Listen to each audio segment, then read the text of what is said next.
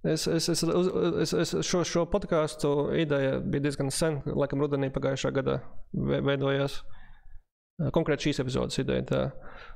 Un tad man šeit bija jautājums, ka tu studēji LKA Latvijas Kultūras akadēmijā, tas joprojām patiesi, vai ne? Jā, maģistros.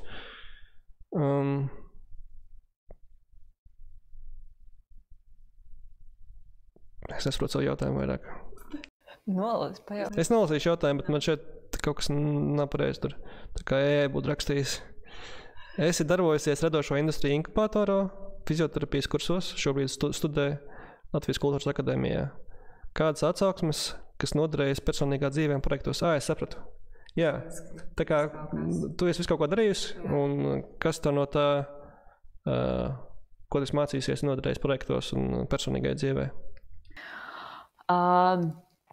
Precizēju, nevis fizioterapeita, bet masāžas.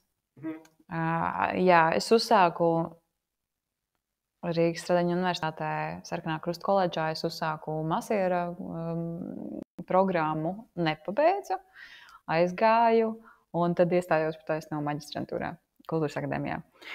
Kas man ir bijis no visām šitām praksēm ļoti, ļoti vērtīgi, katrā no praksēm ir kaut kas, ko es spēju iemācīties un paņemt līdzi.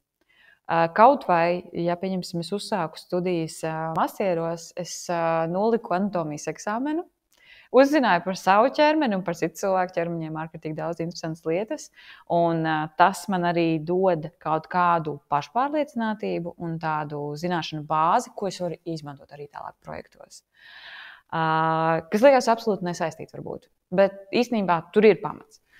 Vēl kādas interesantas lietas, pieņemsim radošo industriju inkubatorā, mums bija iespēja tikt konsultēties pie publiskās runas mentora. Attiecīgi tajā brīdī es sapratu, kādā veidā es varu strukturizēt un izveidot savu, teiksim, pasākumu vadības plānu, un mazāk patērēt enerģiju, domājot to, vai es šito esmu atcerējusies pateikt, vai es neesmu atcerējusies, un tā tālāk. Tagad man ir vienkārši perfekta struktūra, un viņa ļoti vienkārši ir super modelējama un izstāstām arī citiem, ja gadījumā kādam ir jāvada pasākums, kā citādāk. Projektiem, es nezinu. Es saku, no katra no lietām, ko es esmu darījusi, kaut kas man ir iedevis tajā groziņā kaut ko es varu tālāk pielietot. Ja es nevaru pielietot šobrīd, tad es uzskatu to, ka tā ir kaut kāda pieredze, kas ir man bijusi vajadzīga, lai es atrastos šobrīd šeit. Labi. Es atceros skolas un universitātes laikus, un kad es mācījos, faktiski jebkurā izglītības iestādē ļoti daudz ir liekas informācijas un lieki uzdevumi, kas tā kā tev nav aktuāli, vai vismaz šķiet, ka nav aktuāli. Kā tu ar to tiec galā? Kā tu redzi, tu vienkārši ignorē uzdevumus, kas tev šķiet bezjēdzīgi, vai tev vispār šķiet, ka ir tādas bezjēdzīgas lietas, ka tev tur stumj iekšā? Jā, tā kā, kad ir bezjēdzīgas lietas. Kā lai to pasaka? Šodien runāju ar vienu no saviem pasniedzējiem, un viņam ir ļoti izteikta frāze par to, ka dzīve ir par īsu, lai daudz punkta. Un es savā ziņā viņam piekrītu. Tajā pašā laikā es ļoti daudz stragloju, cīnos ar to savu iekšējo perfekcionistu un milzīgo pārkritiķi, kas saka to, ka nē, viss tas, kas te ir šajās konkrētajās, nezinu, vienalga, kursos, apmācībās, whatsoever, tev noderēs. Tas ir tāds mentālais horderis, kurā liekas to, ka visa informācija, ko tev sniedz, viņa tev kaut kādā veidā noderēs. Un tā tas nav. Tāpēc arī, paņemsim, cilvēkiem ir jāattīsta kritiskā domāšana, un viņiem ir jāspēj izfiltrēt, kas ir vajadzīgs un kas noderēs un kas nav. Kā man to ir, kā es tieku galā, bieži vien netieku, pasaku godīgi. Bet tajā pašā laikā, tajā brīdī, kad es sāku just, ka ir pārāk daudz, tad es mēģinu ar kritisku aci, ar kritisko domāšanu, iziet cauri visam tas, kas man notiek apkārt, ko es esmu izvēlējusies darīt, un metu nost to, kam nav prioritātes manā dzīvē šobrīd. Tu pieminēji, tev tāds izteiciens, kas man ir pielapis iekšējais kritiķis. Tu to pieminēji, kā tu ar viņu tiec galā un kā tiec galā ar šaubām par savām spējām un sliktu pašnovērtējumu. Es netieku. Wow. Tad, kad es sāku taisīt pasākumus, tad mans iekšējais kritiķis un paškritisms kā tāds bija absolūtā cīņā un balansā. Tikpat daudz, cik man bija paškritika pret sevi, tikpat ļoti man bija pēc tam gandarījuma sajūta par to, ko es esmu izdarījusi. Šobrīd, kas notiek, es esmu ap sevi pulcējusi tādus cilvēkus, kas man tic un kas var pateikt man skaidri un gaiši, kas ir vai nav realitāte. Tas ir svarīgi priekš manis konkrēti. Un ja šie cilvēki redz, tad es spēju arī uzticēties šiem cilvēkiem un arī mans pašvērtējums aug un es jūtos droši. Tajā pašā laikā es apzinos to, ka man pašai vajadzētu visu, tā ir mana dzīve, man nevajadzētu to ārējo validāciju. Bet ar to vienmēr ir grūti, ar to vienmēr ir sarežģīti. Tajā pašā laikā, ja es skatos objektīvi, ja man pasākumā vairāk nav sēdvietas, vai arī, ja pēkšņi ir pasākums, kuru sēdvietas pazūd 2-3 dienu laikā, bet pasākums ir pēc mēneša, tad tā arī ir forša sajūta, tas ir novērtējums, tāpēc, ka ir. Varbūt tas nemaz nav saistīts ar mani. Varbūt, ka vienkārši bija kaut kāda, mēneša fāze un visi cilvēki vienkārši nopirka visas biļetes. I don't know. Bet tajā brīdī man gribās domāt to, ka tas, ko es daru, ir forši, ka tas ir kādam noderīgi, un tas man iedod to drošo sajūtu. Tu man tikko atgādināji, es iepriekšējā sadaļā, kad mēs runājam par Drink and Draw, minēju par to, ka tev paigi izpērkt tās biļetes uz dzimšanas dienas pasākumiem. Vai tu viņu vairāk reklamē arī, jo tas vienkārši tā notiek? Kad cilvēki vairāk pērk? Man liekas, tas ir baigi labs jautājums. Man ir jāpastāsta no statistikas, vai es esmu likusi, pieņemsim, apmaksātās reklāmas vai neesmu. Apmaksātās reklāmas uz šo projektu es ļoti rāti izmantoju. Protams, kad Facebookam ļoti patīk apmaksātās reklāmas, un tad vienkārši tas saturs loģiski, kad daudz vairāk rādās cilvēkiem. Bet mana pārliecība ir tāda, ka es gribu sasniegt savus cilvēkus maksimāli autentiskā veidā. Un, protams, ka ir ļoti daudz cilvēku, visticamāk, manā potenciālā kopiena, kura vēl nav sasniegta tikai tāpēc, ka Facebooks vienkārši čakarē algoritmu. Bet ir vairāk komunikācijas.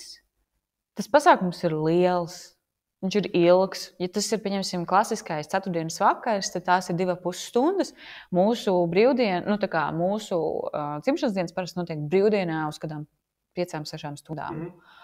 Un man liekas, ka tajā brīdī vienkārši visi mūsējie sāktivizējās. Pie tam tas ir parasti februāris. Un februārī nekas daudz cilvēkiem nenotiek. Vasara ir briesmīgs laiks, tāpēc, ka vasarā visiem gribās ārā un visiem gribās doties kaut kur. Bet februārs ir tāds, janvārī atpūtās no Ziemassvētkiem un jaunā gada februārī varētu kaut ko darīt. Un tad pēkšņi ir 50-60 cilvēki. Kā tu saglabā veselo saprātu? Kurš teica, ka viņš vispār viņš ir? Kas ir veselais saprāts tavā, kā tu to definē? Teiksim tā, es precizēšu. Ir veselais saprāts un ir, veselais saprāts būtu tas bāzes līnija, ka tu funkcionē, ka tu izdari tās funkcijas, kas tev ikdienā galvenās, plus minus parūpēties par sevi, izdarīt galvenos darbus un varbūt, kaut ko socializēties, varbūt tās. Un tad pēc veselā saprāta būtu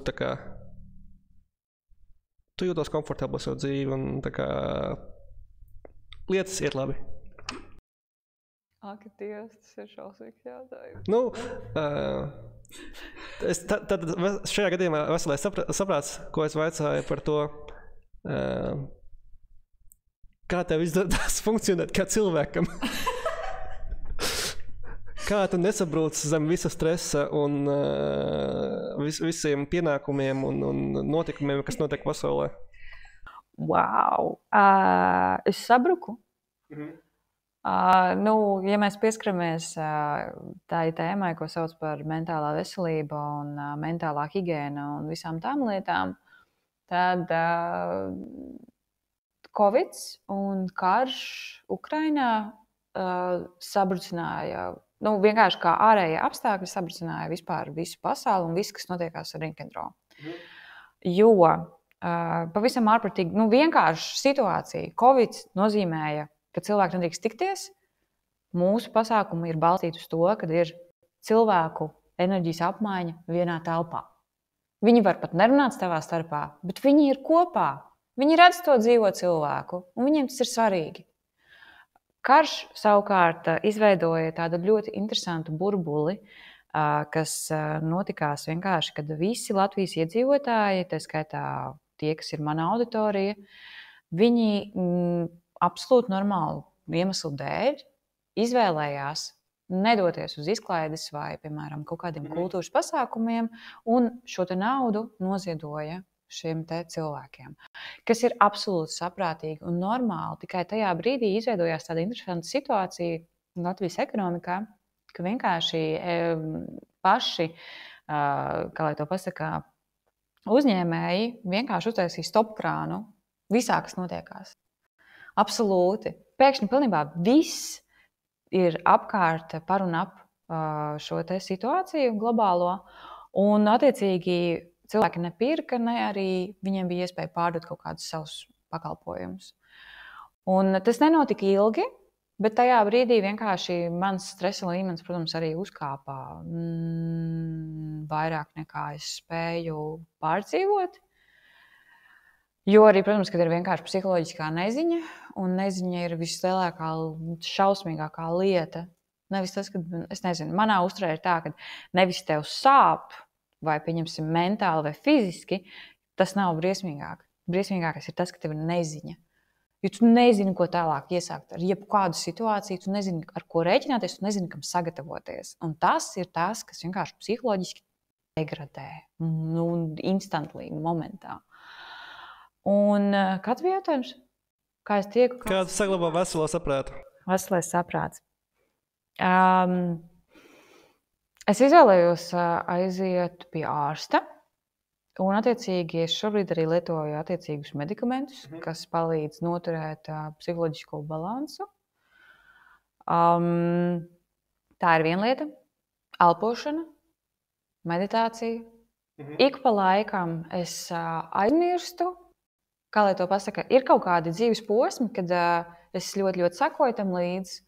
Un es katru dienu vismaz veltu tās pašas, 5, 10, 15 minūtes meditācijai un tā tālāk. Ir dzīves posmi, kaut kāds laika periods, kad vai nu es esmu aizmirsusi par to, vai nu man vienkārši to nevajag. Meditācija, piemēram, pie aizmigšanas. Works like a charm. Un šobrīd ir interesants dzīves posms, tāpēc, kad man pietrūkst darīt tās lietas, kas man ļoti, ļoti patīk. Un tās lietas ir radīt. Vienkārši bez nosacījuma mīlestība pret radīšanas procesu. Man ir daudz jautājumu. Es viņus atcerēšos pirmām kārtām par to radīšanu. Kā tu to definētu vai, piemēram, podkāstu veidot ir radīšana? Jā, tā ir, bet vai tas būtu tāda veida radīšana, kā tu atpūties? Kāda radīšana tev ir tā, ko tu vēlies darīt? Zīmēšana, kaut kas cits, nezinu. Jā, no tāda aspekta, jā. Viss, kas skaitās, ilustrāciju veidošana, skicēšana, kolāžas, visādas tādas lietas. Principā, es esmu vienkārši maksimāli laimīgi skatīties, kā tuša plūst. That's about it. Man neko vairāk nevajag. Es saprotu to, ka vienkārši, ja es katru vakaru to darītu, būtu diezgan amizants, tāpēc, ka tuša paigi daudz nemainās. Tā kā tu apmēram saproti to flow. Bet, ja tu paņem, pieņemsim citu papīru, tu paņem kaut kādu citu materiālu kopā, un tev vienkārši tu saproti to, ka tuši ir ar šādām saistvielām, un tas materiāls ir ar tādām saistvielām, un viņi kopā, piemēram, tur nezinu, kaut ko jancīgu dara, tad man tā ir kā meditācija, un es reāli, man ritīgi patīk to skatīties. Vienkārši. Es uzskatu, ka radīšana ir viss tas, kas ir tāds, kur tu vienkārši sāc darīt, un tu aizmirsti, ka eksistē laiks. Un faktiski tev tajā brīdī nav svarīgs rezultāts, ja tas tev vienmēr kaut kur stāv smadzeņu aizmugurē? Ir reizes, kad man ir svarīgs rezultāts, kad es vienkārši daru tik tālu, kad es vienkārši gribu sev pateikt stop un pielikt punktu. Un es pasaku to, ka jā, šis ir done. Bet, manuprāt, vislielāko prieku man ir veidojuši tieši tie procesi, kad es negaidu neko no tā visa. Yeah. Es vienkārši eksperimentēju. Es vienkārši I'm testing everything. Un viss. Vai tev tagad šķiet, kad ir bijušas tās lielās krīzes ar Covid un joprojām ir karš, vai tev šķiet, ka tagad tu būtu labāk sagatavojusies līdzīgai situācijai, ka tev tas sliktais efekts būtu mazāks, ja kā tev šķiet? Es domāju, ka jā. Labi. Jo tādu vienkārši praktisku iemeslu dēļ, tas ir tas pats, ko es arī teicu par to neziņu. Tajā brīdī, kad tu esi pilnīgā neziņā, tad vienkārši visi absolūtākie apstākļi, tu nevari paredzēt dzīvi visās iespējamās veidos. Un cilvēku smadzenēm tas ir vienkārši pārāk daudz informācijas. Tu nevari izdomāt visas iespējamās situācijas un sagatavoties uz viņām. Šajā brīdī ir tā, ka jā, potenciāli var notikties atkal kaut kāda krīze, atkal kaut kāda pilnīgākie erori dzīvē un tā tālāk, vienalga, kurā plaknē. Bet vismaz tas, kad ir bijuši tādas pieredzes, tev vismaz mazliet vismaz tā kā iedod kaut kādu. Ok, šī ir krīze. Mēs varam rīkoties šādi. Ja mēs nezinām, kas notiek, mēs varam pajautāt tam. Tā kā kaut kāds aizmugurē tāds naratīvs, kā rīkoties, ir. Līdz tam vienkārši nebija. Vai tev ir tā kā izvirzīti dzīves mērķi? Vairāk es domāju par radošiem mērķiem. Tā kā kāds līdzīgs jautājums jau bija par plāniem Drink and Draw, bet es šobrīd tā kā vispārīgāk vaicāju. Kaut kāds magnum opus. Dzīves mērķi. Man sīrietis saka to, ka kāds ir tā kā, es nezinu, vai tas viņi definējās par dzīves mērķi, bet vienādi sakot, vērtība cilvēkos ir tāda, ka viņš vienkārši, tā kā cilvēks nav sūds. Ok, jā, dažreiz. Tā kā ar to es vēlos teikt to, ka man būtu tā kā ok, ja es varētu savu dzīvi piedzīvot tā, kā es apmēram gribētu, viss būtu tīri ok, man nav nekas tāds, ko es tur super gribu sasniegt. Ja nav mērķu vispār, tad arī tad tas nestrādā. Tāpēc, ka nav kur tiekties, nav kam updateot zināšanas un tā tālāk. Tev nav vispār tā kā vēlme izkāpt ārā no gultas principā. Jā. Un ja mēs aizējam uz absolūtāko eksistenciālismu, tad nekam nav jēgas. Un tas ir tā smieklīgākā lieta. Ja nekam nav jēgas, tad nekam nav jēgas. Tad arī tas nozīmē to, ka tu vari darīt visu, ko tu vēlies. Protams, kaut kādās ētikas robežās un tā tālāk, un nedarot pāri citiem cilvēkiem, un nedarot pāri sev, bet pretty much, tad, tā kā visa dzīve ir viens tāds milzīgs ceļojums. Ok. I don't know. Labi. Tagad būs jāpafantazē, kādus padomus tu dotu sev, pirms izveidot DD Drink and Draw. Kādus padomus, labi, tas ir cits jautājums jau, bet sāksim ar kādus padomus dotu sev. Es vispār uzskatu to, ka padomus cilvēki nedrīkst dot. ieteikumus. Tas vienkārši sinonīms. Ieteikumi, jā. Nu, tā kā, ok, labi. Kādas padomas es sev dotu? Es zinu. Un tas ir kontaktā ar to manu paškritiķi un to milzīgo perfekcionistu, to prasīgo daļu, kas ir manī. Nevajag. Nē, nevis tas, ka nevajag taisīt drinkendro, bet nevajag klausīties tajās briesmīgajās daļās. Yeah. Jo vēl joprojām, šobrīd jau ir daudz mazāk, bet vēl joprojām man ir tā sajūta to, ka tad, kad es taisu pasākumu vai kad es gribu kaut ko izziņot vai arī, kad ir kaut kāda ideja, tad manā galvā tas izskatās tā. Un tad, kad realitāte nenotiek, kad vienkārši ir absolūti kaut kas cits, tad man ir iekšējais, kā tas ir, kāpēc nenotika tā? Un tad ir vienkārši iekšējie pārmetumi. Tas būtu mans padoms sev, pirms es taisīju drinkendro. Baudīt tas, kas vienkārši notiek, nevis ekspektēt, ka notiks lietas tā, kā tu domā, jo nekad nenotiek tā, kā tu domā. Labs padoms, es pieņemu, ka tu pats sev neklausītās. Nē. Jo iekšējais kritiķis, kā es viņu uztveru. Viņš aizvers vienkārši. Viņš nāk arī tad, ja tu racionāli par to padomā, un tam nav īsti iemesli par to. Tas ir kā instinkts pilnībā. Vismaz man es pieņemu, ka tev ir līdzīgi. Kāds padomus nedrīkst sniegt?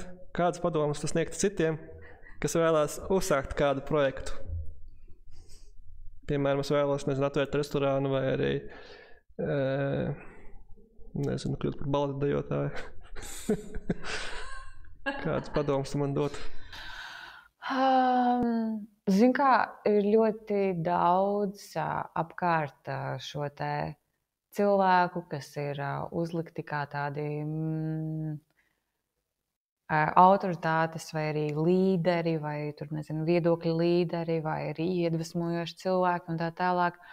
Un tad spektrs, kādu ieteikumu varētu teikt no sākotnējā ieteikuma dari to, ko tu mīli, līdz dari to, ko tu mīli, bet dari to katru dienu un vienkārši līdz tā kā maksimums spied sev ārā, tad man liekas, ka vienkārši kaut kur pa vidu eksistē tas balans, tas līdzsvars starp to, ka tev ir jābūt pietiekami entuziastiskam darīt to, ko tu vēlies darīt, bet tu nedrīksti sevi iekšēji nogalināt. Mana atskaitīšanās partneri šo te sauc par wiggle space. Tas nozīmē to, ka tu kā cilvēks dari kaut kādas x lietas, vienalga vai tās ir tādas ikdienas funkcionālās vai kādas citas lietas, bet tev vienmēr ir jāatstāj tāds wiggle space, kur lietas var mainīties, un viņas var piepildīties, viņas var nepiepildīties, bet viņas kaut kādā veidā vienkārši eksistē apkārt. Un tas tev dod to brīvību piedzīvot tādas lietas, kādas viņas eksistē. Es atcerējos, runājot par stresu, vai tev šķiet, ka tā tolerance ir pieaugusi, pieņemsim, vai tev sākotnēji, kad tu organizēji, piemēram, pirmo pasākumu drinkendro, vai tev bija baigais stress, un tagad, kad tu organizē parastu pasākumu, viņš ir mazāks, jeb joprojām ir? Tad, kad es uztaisīju pirmo pasākumu, tad es nevarēju par nakti pagulēt. Tāpēc, kad mans stresa līmenis bija un ekspektācijas, viņš bija tik augsts, ka es atnācu mājās tik nenormāli pārgurusi, ka no pārguršanas es nevarēju pagulēt. Tas ir absolūti, man liekas, tik ļoti pret loģikas tāds paradoxāls stāvoklis, ka cilvēks ir tik ļoti noguris, ka viņš vairs pat nevar pagulēt. Atbildot uz tavu jautājumu, nē, man vairs tā nav. Vai tev ir kādas situācijas līdzīgas, kā tu nevari pagulēt stresa dēļ? Ja tam jābūt kaut kam ļoti, ļoti svarīgam? Tam ir jābūt kaut kam, kur atkal ir iekšējās ekspektācijas un kaut kādā iespējams apkārtējo validācija iekšā iesaistīta. Nezinu, vai tas ir, pieņemsim, labi, piemēram, pagājušā gadā, kad mēs taisījām festivālu, es biju 3 dienas runas cilvēks. Tā kā es vadīju visu, un mēs atradāmies vidē, kas nav mana vide. Mēs esam ciemos, un man blakus stāv profesors no anatomijas muzeja un tā. Un tas, protams, ka tev, man uzliek milzīgu atbildību to, lai es izdarītu lietas tā, kā viņām vajadzētu notikt. Bet acīm redzot, es lēnā garā vienkārši sāku pierast pie šīm situācijām, un es sāku. Tā īstenībā tā īstā lieta ir tāda, ka es sev uzticos ar laiku. Es esmu izveidojis to uzticību sev, ka, lai arī kas notiktu, es esmu pietiekami iekšā automātiski sagatavota, ka es tikšu ar to galā. Un tāpēc vairs tā nav. Ir droši vien kaut kādas reizes, kad es neesmu pagulējusi. Varbūt tad, kad es kaut ko šausmīgi gaidu. Kaut vēl labā nozīmē. Man liekas, ka tad, kad bērnībā mēs gaidām savu dzimšanas dienu, tad iepriekšējā dienā nevar pagulēt. Tāpēc, kad nākošā dienā ir dzimšanas diena, vienkārši tāds I don't know. Man kādreiz tā bija. Man tā nav bijis. Bet es saprotu, interesanti. Es tev došu jautājumu, kas bija domāts kā pēdējais. Ja mums ienāks prātā vēl kaut kas, tad mēs varam parunāties.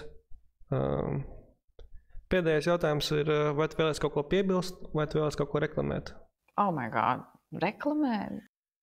Vai tu vēlies informēt publiku, informēt publiku, visus 10 cilvēkus, kas noklausīsies šo podcastu. Liels paldies šiem cilvēkiem, jā.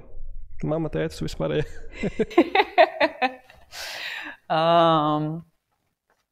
Wow. Īstenībā ir tā, ka ir ļoti daudz lietas, ko es standartā stāstu cilvēkiem, kuri saskarās ar Drink and Draw projektu. Un ļoti daudz lietas es arī neesmu pateikusi. Gan, piemēram, no tāda aspekta to, ko auditorija piedzīvo, piemēram, šajos pasākumos. Cik ļoti dažādas ir šīs te... Tu prasīji par pirmajām reakcijām, ka, pieņemsim, es stāstu par projektu, bet tas, kas notiekās, pieņemsim, tiem cilvēkiem, kas reāli šeit atnāk, ko viņi saņem. Vai arī tas, pieņemsim, kādā veidā mēs skatāmies uz cilvēku ķermeni un to, ka tu minēji par to zoodārzu, tad šis tiešām panīgi, šis ir tik smieklīgi. Es nekad nebiju dzirdējuši šo te. Parasti standarta jautājums ir par to, vai gadījumā nav tā, ka mēs cilvēku, kas ir kails, kaut kādā veidā seksualizējam. Vai arī otra galējība, kas ir absolūti saprotama, jo tā eksistē, ka mēs viņu uztveram kā objektu. Jo principā, ko mēs darām, mēs skatāmies nevis uz cilvēku kā tādu personību, bet mēs viņu skatāmies kā uz formu, nevis ķermeni ar tādu vērtējošu attieksmi, bet absolūti nevērtējošu attieksmi. Mēs viņu skatāmies formām, gaismām, ēnām, līnijām un tā tālāk. Un tas ir tas interesantais. Un par to seksualizāciju un visām tām lietām arī tas neparādās. Jo mēs kaut kādā veidā vienkārši pieņemam to, ka visi cilvēki ir cilvēki, un tas, kad viņš viena ir kaila, šie ir mūsu noteikumi, tādam pasākumam ir vērtība, un visi to pieņem, un neviens nekad nav taisījis traci. Kaut gan ārējais stereotips ir tāds, kad tur ir kaut kas neķīters un, kaut kas tā kā aizliegts. Es pieļauju, ka ļoti daudz cilvēku arī atnāk pie mums pirmo reizi, tāpēc, ka viņiem gribās to sajūtu, ka tas ir kaut kas ārpus kastes. Kur tu vēl dabūsi pliku cilvēku bārā? Pirtī manš nē. Tu vari dabūt pliku cilvēku pirtī, bet pirtī ir savi noteikumi. Tas ir kaut kādā veidā standarts, un tiem spēles noteikumiem tu piekrīti. Šeit ir tas pats. Vienkārši tie noteikumi ir cita atmosfēra, cits mērķis, bet jebkurā gadījumā kails ķermenis ir absolūti pieņemama lieta. Ko es vēl gribu teikt? Es varētu daudz ko teikt. Bet labi. Tu vari turpināt runāt. Man ir tā, ka man... kā lai pasaka? Tu runā, un tas rod manā prātā domas, bet es nevienmēr varu formulēt kaut kādu saprātīgu jautājumu. Un man ir interesanti klausīties. Jā. Es pateikšu, kad man apniks... Okay. Vai tikai lēnām iziet?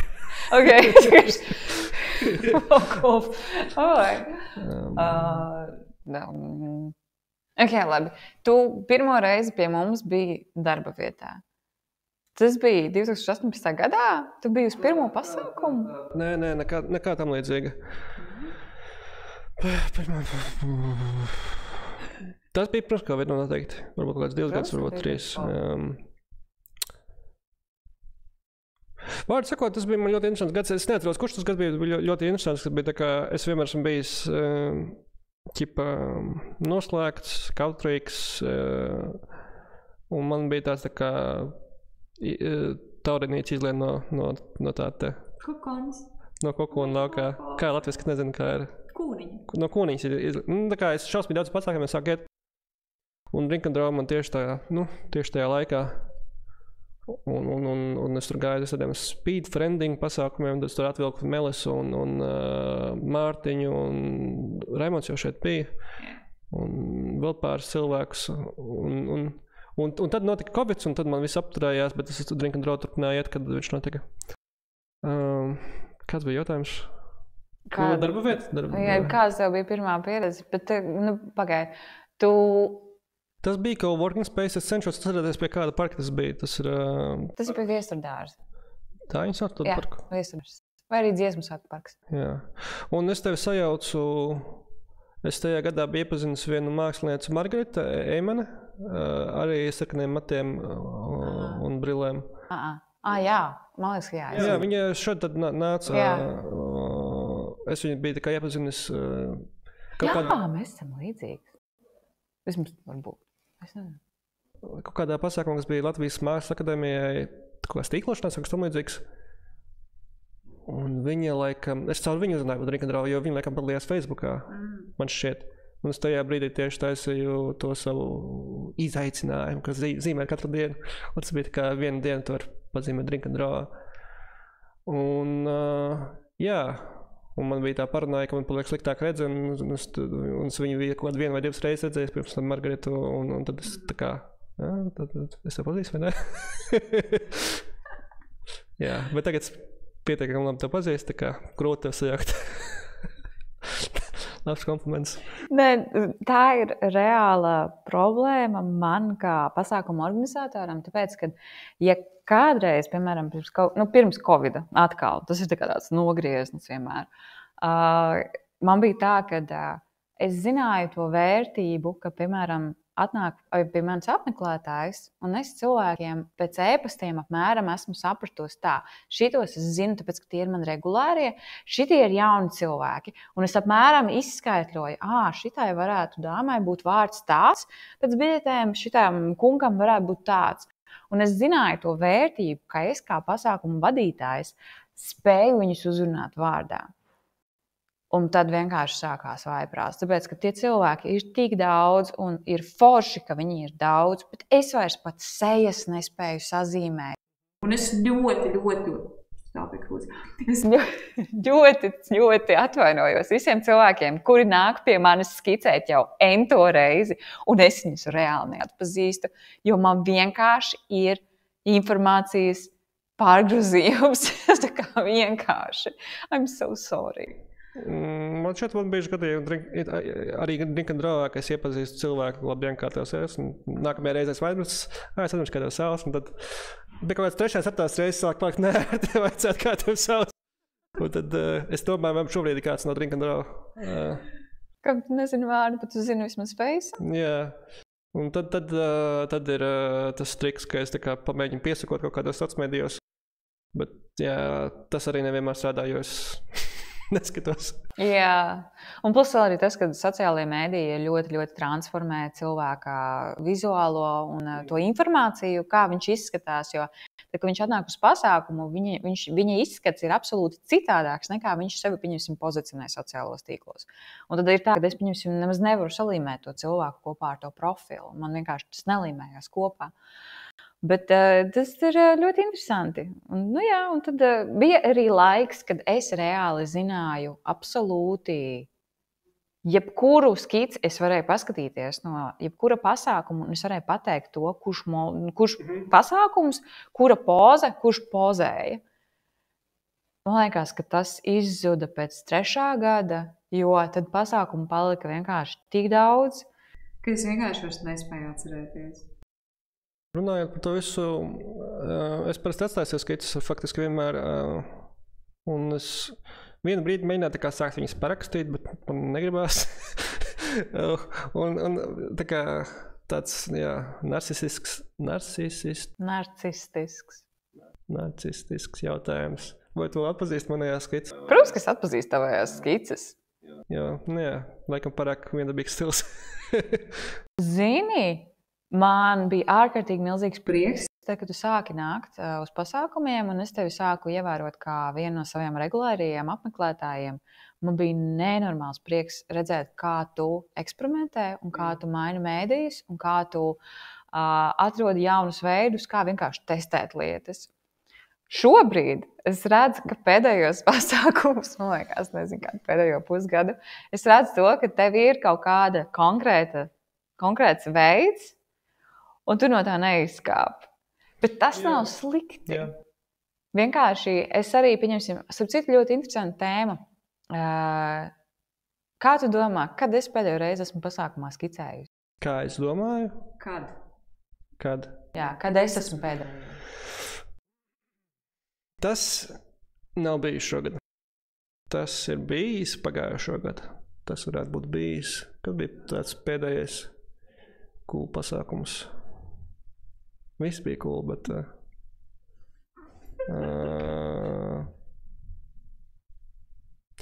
Kāpēc man gribās atbildēt, kas noteikti nebūs pareizi, ka bija tajā Tallinas kvartālā ziemā, kad bija blakus Tech Hubam pasākums. Es nezinu, kāpēc man gribās to teikt, bet varbūt es... Nē. Nu, tu noteikti zīmēji Samaņā. Arī ne? Samaņā es vispār neko nezīmēju. Es runāju, es biju uz skatuves vairāk nekā saprašana, un es vienkārši neko neuzzīmēju. Labi, es tev nemoku. Principā, tā, kad es būtu izbaudījusi un skicējusi pasākumā, man liekas, ka tas nav noticis vismaz kaut kādu 1,5 gadu. Es varbūt esmu skicējusi, bet ne tā, kad es vienkārši tiešām piesēžos, paņemu materiālus, tur iztestēju kaut ko un tā tālāk. Un tā ir tā interesantā lieta, jo teorētiski ir tā, ka man visu laiku savā smadzenēs ir bijis tas noteikums practice what you preach. Un šajā gadījumā vienkārši tas nav. Jo es esmu cilvēks, kas saka to, ka vajag skicēt, ir forši skicēt un tā tālāk, bet es pats kā cilvēks neskicēju. Un tad es sapratu vienu lietu, lai es, teiksim tā, radošums var būt mainīgs. Un es sapratu to, ka vienkārši mana radošuma tā kapacitāte ir kaut kāds noteikts trauks, kurā ir radošuma kapacitāte, un tai nav obligāti jāizpaužās caur skicēšanu vai arī kaut kādu vizuālo mākslu. Šajā gadījumā pēdējos pāris mēnešus mans radošums ir izpaudies to, ka es esmu mālējusi savā studijā sienas. Vai arī domājusi to, ka, bet kā šitas varētu izskatīties? Varbūt tur vajadzētu nolikt kaut kādu lietiņu, varbūt, kad vajadzētu nopirkt tur, nezinu, tādu svečturīti vai šitādu svečturīti. Tas ir arī sev veidu radošums, jo es gribu piepildīt to telpu, un man ir jādomā, kā to izdarīt. Tas ir mans radošums. Man ir bijis periods, ka man ir ļoti paticis nevis skicēt, bet tieši uzņemt fotogrāfijas pasākumu laikā. Tas ir atkal bijis cits. Vienmēr daru, tad, kad nav cits fotogrāfs, bet ir bijis brīdis vienkārši, ka es to tiešām izbaudu. Un es aizēju mājās tur 11. vakarā un es taisu editingu bildēm, tāpēc, kad es vienkārši gribu tās bildes uztaisīt līdz galām. Tāpēc es zinu, ka arī pie mums ir skicētāji, kas kādreiz nāca ļoti regulāri. Un šobrīd viņi ir pazuduši. Varbūt viņi atgriezīsies, varbūt viņi neatgriezīsies. Bet es ticu tam, kad eksistē vienkārši kaut kāds kapacitātes. Viņam ir jābūt tai kapacitātei intelektuālai, ir jābūt kaut kādā balansā. Un varbūt vienkārši viņi ir nomainījusies pret kaut ko citu. Bet taisnība ir tāda, ka šobrīd es vienkārši tiešām gribu aiziet paskicēt. Un lai es nebūtu. Es gribētu aiziet planērā vasarā, vai kad būs siltāks laiks. Man izdevās laikam pirms 2 gadiem savākties, tā kā draugiem gribētos vēl. Jā, tā kā, ja tu domā kaut ko tādu organizēt, tas varētu būt interesanti. Ir tāds veids, kā paskaidrot dažādas cilvēku īpašības, kas ir tā kā pseido-zinātnisks, kad tā kā iztēlojas, ka cilvēki tur dzīvo kādreiz alās un ko viņiem vajadzēja izdzīvošanai, un tāpēc viņi dara tā un tā. Nezinu, tur dažādas muļķīgas lietas var dažādos muļķīgos veidos paskaidrot tā. Un kā paskaidrot evolucionāri, kāpēc mēs esam radoši, kāpēc vispār vajadzēja kaut kā tur ķēpāt uz sienām bizoņus un zīmējumus, kāpēc tas radās. Man pirmā automātiskā atbilde ir, man liekas, tāda ļoti tipiska un vēsturē balstīta. Mēs pārnesam informāciju. Tas, kas attiecās tieši uz vizuālo mākslu. Mēs pārnesam informāciju mūsu nākošām paudzēm. Kas attiecās uz tādu vizuālo mākslu. Kas attiecās uz radošumu, cilvēkam, manuprāt, ir vienkārši... Tas īstenībā baigi labs jautājums. Es tikko nonācu pie secinājuma, ka man nav atbildes. Man ļoti, ļoti labi patīk tev atbildi, jā, es pat nebiju aizdomājies, tik acīmredzamā atbildi. Un tāpēc arī tāda sajūta, ka tā kā tev ir smadzenē tāda nieze, kur vajag pakasīt, tā kā komunicēt ar cilvēkiem. Un esmu ievērojis, ka diezgan līdzīga tā sajūta, ka ir nieze, ka tev vajag vai nu komunicēt tā kā runājot tā kā parastos veidos, vai arī caur mākslu. Un tas arī man daudz ko izskaidro par sevi, tā kā, jā, tā kā kluss bērns un komunicēt caur saviem zīmējumiem, caur saviem, nezinu, tur pierakstiem. Wow! Vai ne? Jā. Bet tur ir tā interesantā lieta, jo komunikācija var būt ārkārtīgi dažāda. Man, piemēram, ļoti patīk tā teorija par to, ka katrs cilvēks komunicē konkrētos veidos. Un ir izteiktāki veidi, kā viņš komunicē, un mazāk izteikti. Tad tas samiksēti. Un tās ir audiālā komunikācija, jeb verbālā komunikācija, kas ir skaņas un viss pārējais, kas ir vizuālā un kas ir kinētiskā. Kinētiskā tas nozīmē vairāk ar ķermeni, tur nezinu, sasveicināšanās, pieskārieni, apskāvieni un tā tālāk, vai tur dejošana vai kaut kas tam līdzīgs. Un it kā katram cilvēkam ir šī te lielākā tāda pārsvars, kurā no šiem te veidiem viņš komunicē. Bet ir cilvēki, kur arī to māk darīt visos veidos. Un to var starpcīt iemācīties. Un to vislabāk māk pārdevēji. Tie, kuri, pieņemsim, ir krutie pārdevēji, tur nezinu, tos autosalonos. Jo viņi saprot, kā tas klients komunicē, kurā no šiem spektriem, un viņi pielāgojās tam komunikācijas veidam. Un, attiecīgi, tas, kas attiecās, piemēram, un tad atkal, pieņemsim, ir pretēji tā teorija, nevis pretēji, bet vienkārši cita teorija ir par šiem te introvertiem, ekstravertiem cilvēkiem, tiem miksiem un visu pa vidu. Un tas ir arī interesanti, tāpēc, ka, pieņemsim, ja es esmu cilvēks, kuram patīk vienkārši sēdēt un skicēt, tā ir mana veida komunikācija. Es esmu vizuāls cilvēks, man patīk vizuālu informāciju uzņemt. Tajā pašā laikā man sociāli nevajag, es esmu pietiekami introverts cilvēks, man īstenībā sociāli nevajag runāties ar cilvēkiem. Bet es varu uzturēt attiecības ar vizuālo veidu. Es varu parādīt citiem cilvēkiem savu mākslas darbu, vai arī skici, vai vienalga ko es esmu radījusi, un man būs komunikācija, un man būs iesaiste sabiedrībā, man būs piederības sajūta. Tas ir interesanti, kā cilvēki vispār ir veidojušies un kā mēs spējam vispār komunicēt. Jā, tas viss, šī teorija, ja to var nosaukt, man dod tā kā pozitīvas emocijas, jo tas jau man šeit diezgan pašsaprotam, bet es tā kā vēl vairāk pastiprinu to ideju, ka māksla nav aizvietojama īsti pat, ja viss būtu ar mākslīgo intelektu aizstāts. Ja visas bildes radītāji tik un tā mākslā būtu savu vietu. Protams, ja mēs atgriezīsimies pie tā paša temata, tur ir tā problēma, ka varbūt tas būtu grūtāk izdarāms profesionāli, nevis hobija līmenī. Bet vismaz funkcionāli mākslai būs vieta sabiedrībā. Bet es uzskatu, ir vēl viens aspekts par to, kāpēc māksla nenomirs saistībā ar mākslīgo intelektu. Ja vien neaizies visu pasauli reālā dimbā, tā kā ritīgā dimbā, jā. Un pēkšņi tiešām mūsu realitāte netiks aizstāta ar virtuālo realitāti un tā tālāk, ja mēs aizējam pilnīgākajā tur, kas viņi tur skaitās tā. Matrix?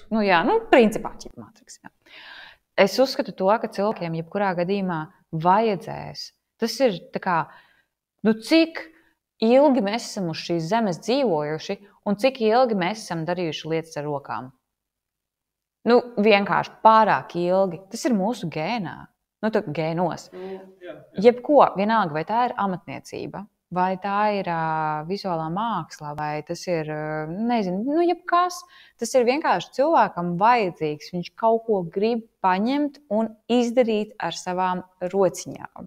Vismaz man ir tāda stingra pārliecība, ka tas neizzudīs šī iemesla dēļ. Cerība varbūt, cerība. Es arī tā domāju, ka neaizudīs, tā kā jau pavisam noteikti ir arī piemēri, ka, piemēram, tu vari taisīt, tu vari iet uz keramikas klasēm, kaut arī rūpnīcās ražo traukus un ir cilvēki, kur nodarbojās tā kā ar zobenu skaļu, kaut arī zobenus neviens neizmanto. Tā kā, vienīgais, kas man pašam nepatīk, jo es visā tajā esmu iesaistīts kā spēļu strādē un arī ar vizuālām lietām man ļoti interesē un es vēlētos tā kā savu karjeru tur turpināt virzīt. Kad tas būs grūtāk, tā kā izdzīvot no tā. Varētu būt grūtāk, ja vienīgi neievieš kaut kādu to universālo to atbalstu vai kaut kādas, jā. Es saprotu.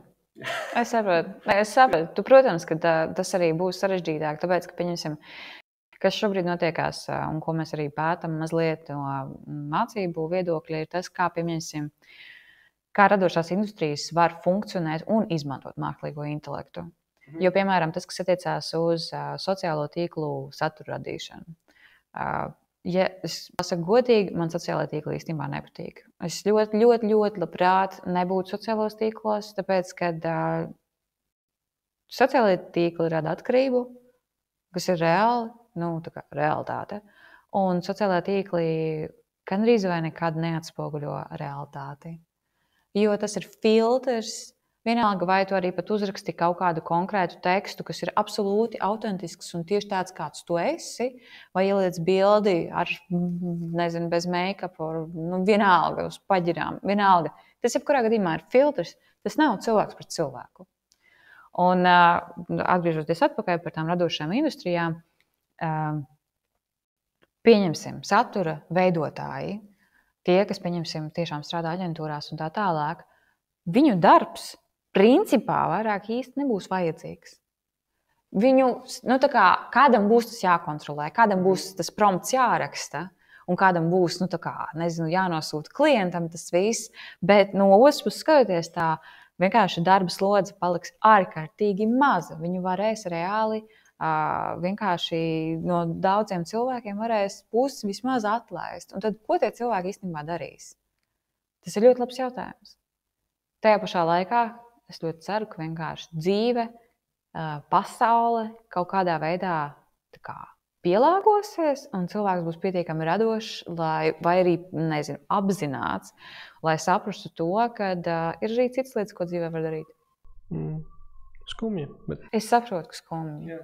Ir sevišķi tajā brīdī, kad tu esi tas mākslinieks, kuru ir apēdis mākslīgais intelekts. Tādā ziņā, ka, pieņemsim, atņēmis tev darbu, jo es arī esmu pēc profesijas grafiskais dizainers. Un loģiski, ka man iekšā bija tā trauksmība, ka kā tas ir, ka tagad, es nezinu, es savu laiku aģentūrā biju cilvēks, kas ļoti daudz nodarbojās ar, pieņemsim, brandbuku izstrādi, jeb vizuālo vadlīniju izstrādi. Tātad, pieņemsim, ir kaut kāds logo uzņēmums, un pēc tam es tālāk ar to logo strādāju un veidoju visus noteikumus, kādā veidā viņi var izmantot un tā tālāk. Principā, šobrīd atvērt vaļā Canva, Canva.com, laikam Canva.com. Tu vari vienkārši samaksājot premium versijā, tu vienkārši ievadi to standartu, kādam, pieņemsim, kādas krāsas, kāds fonts, kāds apmēram tur kaut kāds formāts un tā tālāk, un viņš tev vienkārši izmet ārā pilnībā visus vajadzīgos. Facebookam tāds, Instagramam šitāds, storijām šāds formāts un tā tālāk, un pielāgo vienkārši momentā. So, basically, tavs darbs nav vajadzīgs. Un tad vienkārši tas jautājums par to, ka, kas notiek tālāk? Jā, man liekas vienkārši, ka... Napagaidi.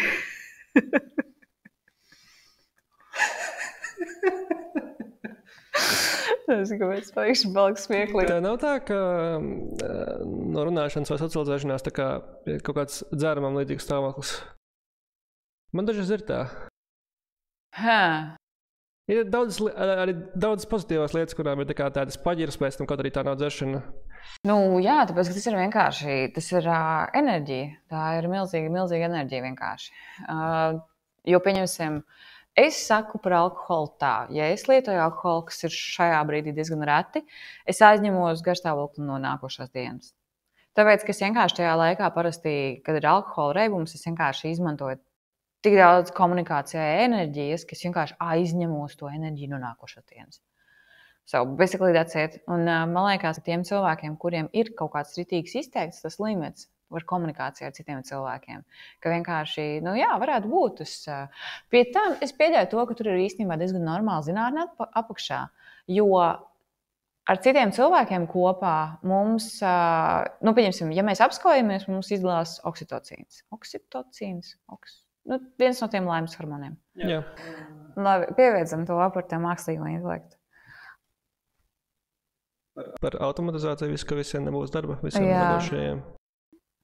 Es vienkārši domāju to, ka gadījumā nonāks dzīvē tāda situācija, ka tiešām viss aizies super virtuāli, digitāli un, realitāte vairs neeksistēs tā, kā mēs viņu piedzīvojam šobrīd. Man šķiet, ka būs ļoti daudz cilvēki, kas spējas veidot šo tā kultūra jau eksistē, un viņi arī paliek populāri, kas saucās downshifting, kad vienkārši cilvēkiem ir piebesīgs tas, kādā veidā un ritmā notiek viņu dzīve, ka viņiem ir jādzinās pakaļ visu laiku, tur ienākumiem un tā tālāk, un kaut kādām sociālām normām, ka viņi vienkārši pasaka čau, aizbrauc uz laukiem un dzīvo savā mājā, rok savus kartupeļus un cenšas pēc iespējas autonomāk un mierīgāk dzīvot. Es vienkārši ļoti ceru, ka vienkārši šie cilvēki spējas kaut kādā veidā to darīt. Tajā pašā laikā, skatoties uz pieredzi no savas dzīves, tu nevari autonomi dzīvot. Pat ja tev pieder īpašums laukos, tu nevari, tev elektrību vienalga vajag, atkritumu apsaimniekošana tev arī ir obligāta, pat dziļajos laukos. Ja tev pašam akas, tad arī ūdens piegādi vajag. Labi, siltumu tu vari vienkārši, graumalē kokus sazāģēt. Nezinu, cik tas ir legāli, bet vienalga. Tā kā tas ir tas interesantais faktors, bet teorētiski es vienkārši ļoti ceru, ka civilizācija neaizies tādā sviestā. Kad viss vienkārši aizies pilnīgā sviestā. Es teiktu, ka varētu būt visādi, bet man tāda sajūta, ka būs piemēri gan kā tu mini, ka būs kaut kādas komunas, kur ir autonomi viss, un būs komunas, kur visi dzenās. Un jā, ja runā tā globāli, tad, protams, visa pasaules veselība tā varētu izskatīties, būs atkarīgi no tiem, kuri dzenās, vai viņi spēs apstāties, ražot un patērēt. Es teikšu, mēs beigsim, ne? Es varu noreklamēt to. Jā, tu vari reklamēties, jā, droši. Jā. Reklu parādīt. Jā, mēs taisīsim 3. skicēšanas un mūzikas festivālu Samaņa. Šajā gadījumā tā nebūs anatomija, bet būs botānika. Mēs dosimies uz Nacionālo botānisko dārzu Salaspilī augustā 2024. gadā. Tā kā brauciet ciemos. Bet, principā, jā, viss tas, ko mēs runājām šeit, šis ir mazs filtrs, bet masa aizpērga daļa no Drink and Draw. Nāciet ciemos, iepazīstieties ar mums, ar Sīmeni, ar mani. Un pat ja jums liekas, ka jūs nemākat skicēt, vienkārši pamēģiniet. Es nevaru jūs piespiest ar varu, bet es varu jūs aicināt. drinkanddraw.lv Ļoti laba reklāma. Paldies, ka klausījies, paldies, ka rediģēji. Paldies un čau! Bye bye!